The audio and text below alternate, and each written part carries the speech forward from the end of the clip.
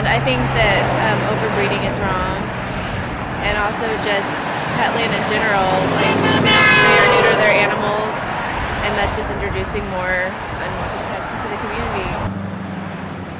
They're stuck in cages most of their lives, so they have feelings just like us, and I think they deserve to, to live a good life. I think it's important for people to read, because that way they can have an imagination of what the puppies have to go through and all the dogs. And I think they would have a good idea, because maybe they have pets and they wouldn't want their pets to go through that, so maybe they might not buy from Petland. Riley, this is my Petland survivor. Righty. So what does that mean? I went to Petland and I wasn't going to buy a dog, but I held him and I knew he was sick, so I couldn't leave him there. So I took him home, and one day later he was dying. He had parvo and coccidia. So I took him to the vet, and we did everything we could to help him, and he finally got a plasma transfusion, and he lived. It was Petland San Antonio, and they are out of business. Right.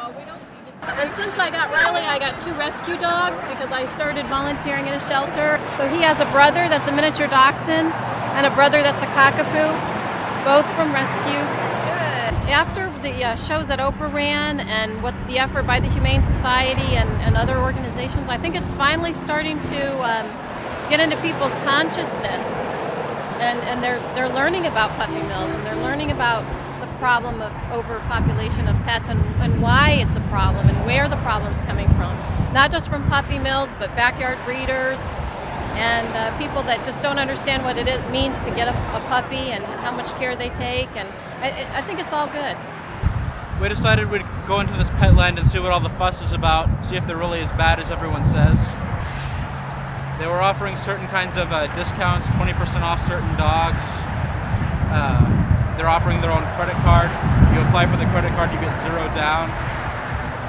Now, we asked about their program working with the Town Lake Shelter to take care of cats. They said they didn't have any cats, hardly ever have them.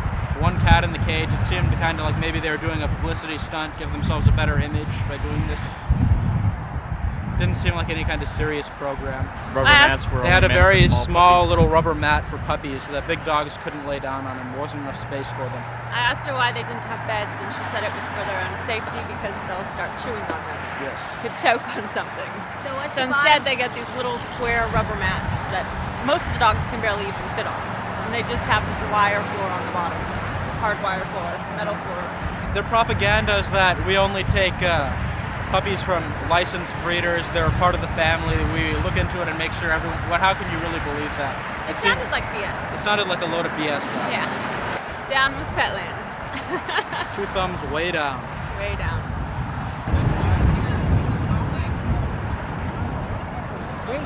This is Molly. This is my 3-year-old Rottweiler mix. That's the best dog that I've ever owned in my life. Where did your dog come from? Town Lake Animal Shelter, proudly. We've gotten a lot of positive support and honking and waving and thumbs up. We're seeing Petland protests all over the country. And so this is not just isolated to Austin. It's really, really important for us to be out here today to educate the public and to get them to make some other choices when they add that new family member.